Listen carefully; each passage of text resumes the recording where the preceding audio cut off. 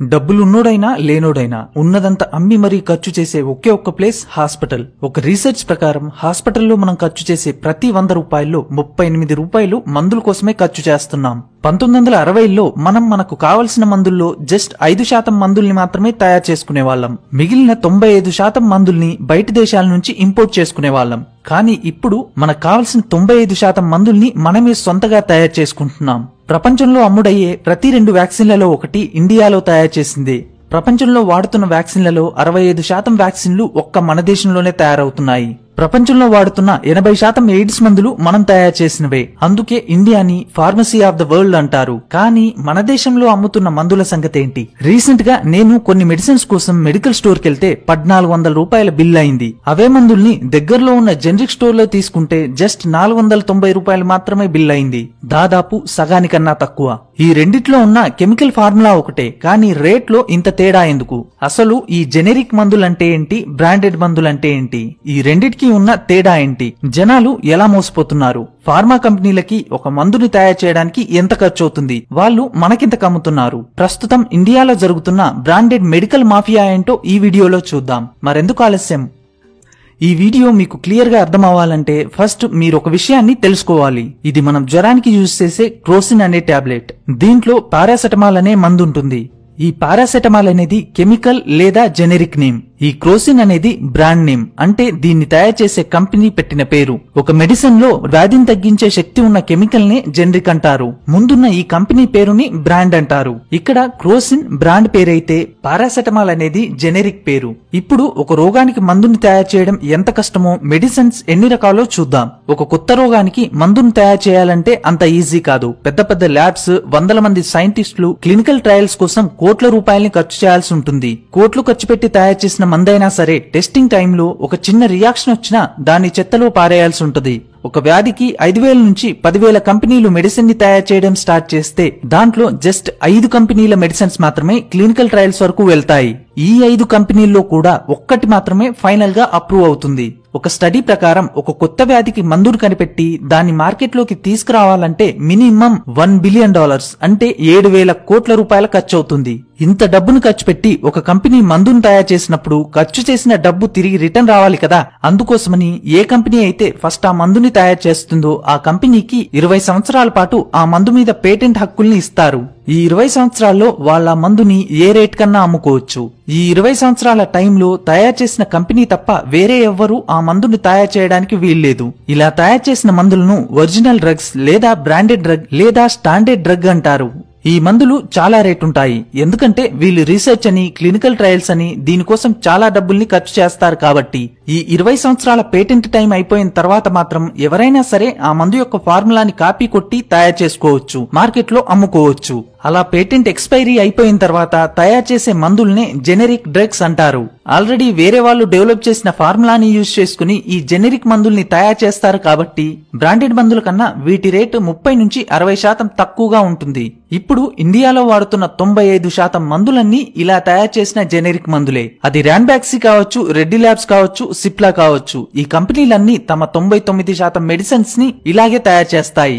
మన దేశంలో ఈ జెనరిక్ మందులను 2 ప్లేయర్స్ తయారు చేస్తున్నారు. ఒకటి గవర్నమెంట్ కి చెందిన కొన్ని కంపెనీలు, అలాగే ప్రతి సంవత్సరం గవర్నమెంట్ వేసే టెండర్ లో సెలెక్ట్ అయ్యే కొన్ని కాంట్రాక్ట్ ఫార్మా కంపెనీలు కలిసి జెనరిక్ మెడిసిన్స్ ని తయారు చేస్తాయి. వీళ్ళు తయారు చేసిన మందుల్ని మనం కరోనా కిట్లలో, గవర్నమెంట్ హాస్పిటల్స్ లో, గవర్నమెంట్ పెట్టిన జెనరిక్ స్టోర్స్ లో ఇస్తున్నారు. గవర్నమెంట్ తయారు చేసే ఈ మందుల మీద కంపెనీ పేరుండదు, జస్ట్ కెమికల్ పేరుంటుంది. సెకండ్ ప్లేయర్ వచ్చేసి సిప్లా, రెడ్డి ల్యాబ్ లాంటి ప్రైవేట్ కంపెనీలు.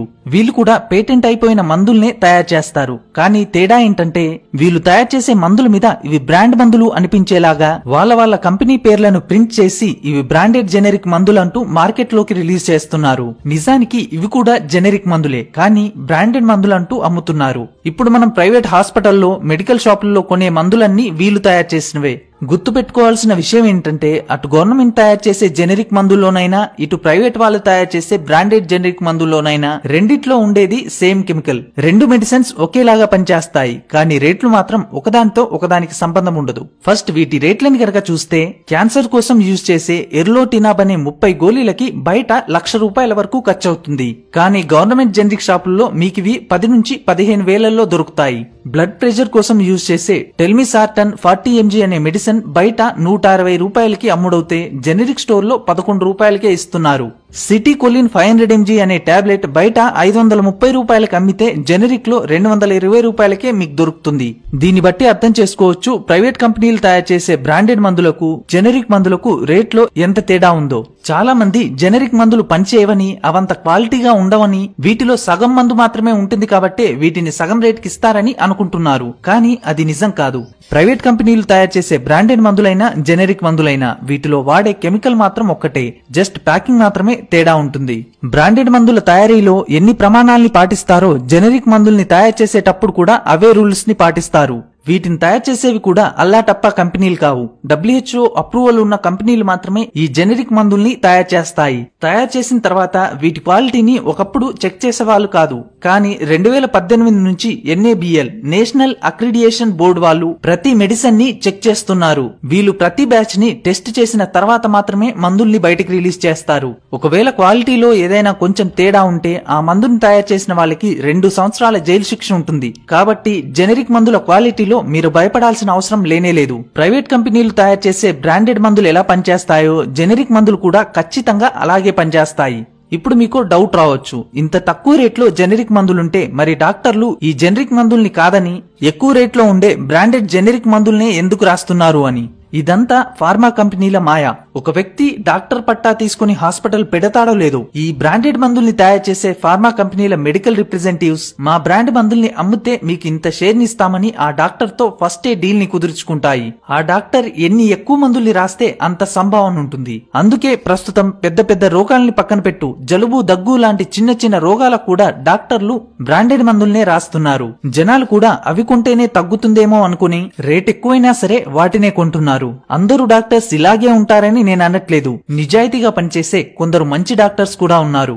US లో ఉండే ఒక డాక్టర్ ప్రతి 10 మంది పేషెంట్స్ లో 8 మందికి జెనరిక్ మందుల్నే ఇస్తున్నాడు. కానీ మన దేశంలో మన డాక్టర్స్ ప్రతి 10 మంది పేషెంట్స్ కి 8 మందికి బ్రాండెడ్ మందుల్ని రాస్తున్నారు. US లో వాడే మందుల్లో 80% జెనరిక్ మెడిసిన్సే. ఇంట్రెస్టింగ్ విషయం ఏంటంటే US కి ఈ జెనరిక్ మందుల్ని అమ్మేది కూడా మనమే. IMS రిపోర్ట్ ప్రకారం జెనరిక్ మెడిసిన్స్ ని వాడడం వల్ల US కి ఈ 10 సంవత్సరాల్లో $2.2 ట్రిలియన్ అంటే దాదాపు $2 లక్షల కోట్ల సేవ్ అయ్యాయి. మన దగ్గర డాక్టర్లకు పేషెంట్ తో మాట్లాడే టైమే ఉండదు. WHO ప్రకారం ఒక డాక్టర్ పేషెంట్ తో ఖచ్చితంగా 15 నిమిషాలు మాట్లాడాలి. అప్పుడే పేషెంట్ యొక్క ప్రాబ్లం ఏంటో డాక్టర్ కి క్లియర్ గా అర్థమవుతుంది. కానీ మన డాక్టర్స్ పేషెంట్స్ తో 2 నిమిషాలు మాత్రమే మాట్లాడుతున్నారు. మరో అద్భుతమేంటో తెలుసా? ప్రపంచంలో ఏ దేశమైనా చూసుకోండి, ఒక ఫార్మాసిస్ట్ అవ్వాలంటే అతను ఖచ్చితంగా డిగ్రీ చదివి ఉండాలి. కానీ ఒక్క మన దేశంలో మాత్రమే 10th తర్వాత డిప్లొమా చదివితే చాలు ఫార్మాసిస్ట్ అయిపోవచ్చు. ఫార్మసీ చట్టం ప్రకారం ఫార్మాసిస్ట్ కాకుండా అర్హత లేని వాళ్ళు ఎవరైనా మెడికల్ షాపుల్లో మందులిస్తే వాళ్ళకి 6 నెలల జైలు శిక్ష లేదా ₹1000 జరిమానా అనే రూల్ ఉంది. కానీ మన మెడికల్స్ లో గోడకి సర్టిఫికేట్ ఉంటది తప్ప చాలా మెడికల్స్ లో ఫార్మాసిస్టే ఉండడు. మన దగ్గరున్న మరో మెయిన్ ప్రాబ్లం ఏంటంటే 90% డాక్టర్స్ మందుల చిట్టి మీద కెమికల్ పేరు రాయరు, బ్రాండ్ పేరు రాస్తున్నారు. 2017లో MCI medical council of India డాక్టర్లందరూ మందుల చిట్టీలో కెమికల్ ఫార్ములాని మాత్రమే రాయాలి, బ్రాండ్ పేరు రాయకూడదు, రాసిన అక్షరాలు కూడా రోగికి క్లియర్ గా అర్థమయ్యేలా ఉండాలనే రూల్ ని పాస్ చేసింది. ఈ రూల్ వచ్చి 4 సంవత్సరాలవుతుంది. అయినా సరే 90% డాక్టర్స్ ఇప్పటికీ మందుల్ని బ్రాండ్ పేరుతోనే రాస్తున్నారు. దీనివల్ల మనకేంటి లాస్ అని మీరు అనుకుంటున్నారా? బ్రాండ్ పేరుతో వీళ్ళు రాసే మందులు వీళ్ళ మెడికల్ షాప్ లో తప్ప బయటెక్కడా దొరకవు. తప్పనిసరి పరిస్థితుల్లో వాళ్ళు ఏ రేట్ చెప్తే ఆ రేట్కే మనం కొనుక్కోవాల్సి వస్తుంది.